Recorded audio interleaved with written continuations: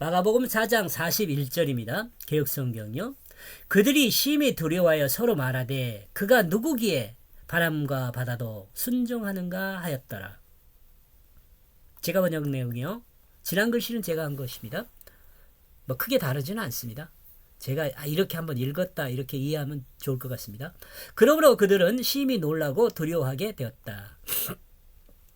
예수님이 과거에 대해 집착하지 말라고 말씀하시자 제자들은 예수님을 두려워하였습니다. 왜냐하면 제자들은 자신들의 그 속마음이 정확히 들통났기 때문입니다. 제가 이해한 내용이에요. 새로운 세상에서 자신이 제일이 되려는 생각, 새로운 세상이라고 했는데도 여전히 과거의 세상과 연장선에서 새로운 세상을 바라보는 시각들이 들통났기 때문입니다. 제자들요. 여러분도 혹시 그런지는 한번 자신을 돌아봐야 돼요. 우리는 성경을 통해서 나를 돌아보는 거예요. 제자들이 어떻게 되는 거 별로 중요하지 않아요. 제자들이 어떻게 되는 것을 통해서 내가 어떤가를 살피는 것이 중요하죠. 제자들은 서로가 마음에 이런 생각을 간직하고 견제하면서 예수님과 함께한 그 배 안에서 소란을 피웠을지 모릅니다. 의미적으로요. 풍랑이인 것이요. 이런 소란이었을 수 있어요. 이런 상태에서 예수님은 제자들에게 세상을 사랑하는 말을 하지 말라고 했으니 제자들 마음의 그 중심을 들킨 셈이 됩니다. 제자들은 마음 중심을 들키고 놀라지 않을 수 없었을 것입니다. 그러죠? 두렵잖아요. 마음을 들키는 것은. 그리고 그들은 서로를 향하여 말했다. 진실로 그가 누구로 있느냐. 왜냐하면 또한 그 바람과 그 바다가 그 자신에게 순종한다. 그리고 그들은 심히 두려워하게 되었습니다. 그리고 그들은 서로를 향하여 저가 누구로 있기에 저 바람과 저 바다를 저 자신에게 순종하게 하는가 하고 말했습니다. 이 내용들은 갈릴리 바다 위에서 생긴 사실의 내용을 통해 새로운 세상에서 발생될 문제에 대해 예수님의 제자들에게 예수님이 교육하는 내용입니다.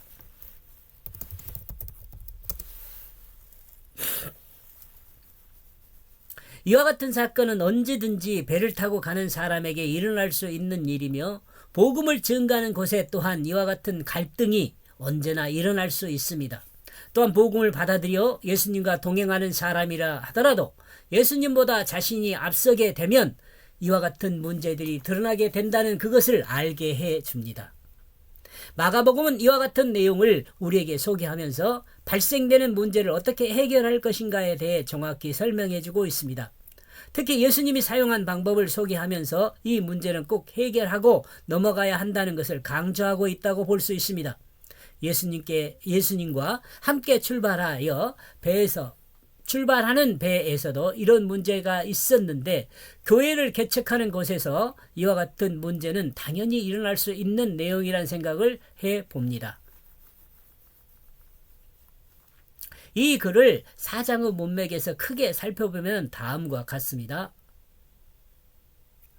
하나님 말씀을 행함으로 결실하면 하나님께 쓰임을 받습니다. 새로운 세상의 통치는 예수에게 있습니다. 통치권요. 제자들, 새로운 세상의 통치, 이것은 뭐예요?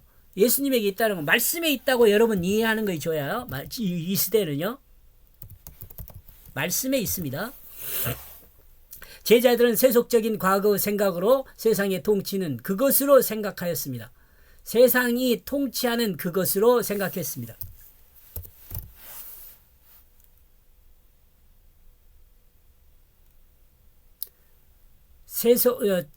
세속적인 과거의 생각으로 세상이 통치되는 그것으로 생각했습니다. 그러나 새로운 세상은 주님의 말씀으로 통치됨을 알아야 합니다. 새로운 세상에서 제자들은 죽은 자들입니다. 또한 성경은 마가복음 4장 37절을 통해 홍해에서 세례를 받은 같이 물세례의 의미를 설명하고 있다고 볼 수 있습니다. 마가복음 4장 38절에서 제자들은 우리가 죽게 된 것이라고 말합니다. 이는 곧 자신들은 새로운 세상에서 죽었다는 것을 시인하는 장면이라고 생각해 볼 수도 있어요. 이건 제가 생각한 것이니까 여러분이 설득돼도 되고 안 돼도 되고 그렇습니다. 그리고 이는 죽었다는 것을 이 죽었다는 것은 세상을 사랑하는 옛사람이 죽었다는 것을 의미한다고 볼 수 있어요. 자기중심적인 옛사람인 그 마음이 죽었다는 그것을 생각해 볼 수 있다는 겁니다. 인간이 최고로 낮아짐을 경험할 수 있는 것이 역시 뭐예요? 죽음이죠. 그래서 물세례 받는 거예요. 결론적으로 보면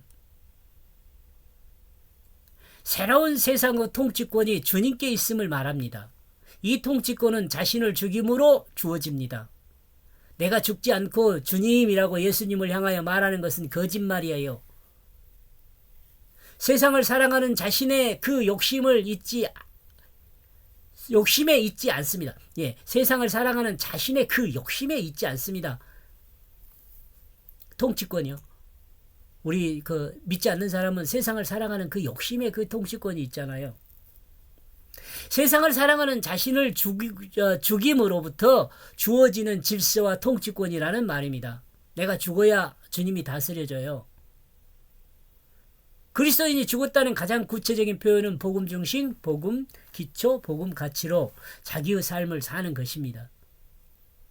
이렇게 해서 41절은 그러므로 그들은 심히 놀라고 두려워하게 되었다. 그리고 그들은 서로를 향해 말하며 진실로 그가 누구로 있느냐. 왜냐하면 또한 그 바람과 그 바다가 그 자신에게 순종한다.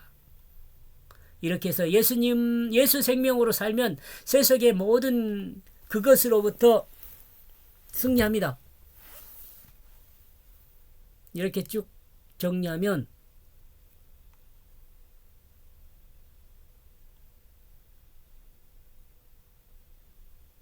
제자들은 예수님을 받아들이고 예수가 누구인지 받아들이고도 제자들은 예수를 받아들이고도 예수가 누구인지 모른다.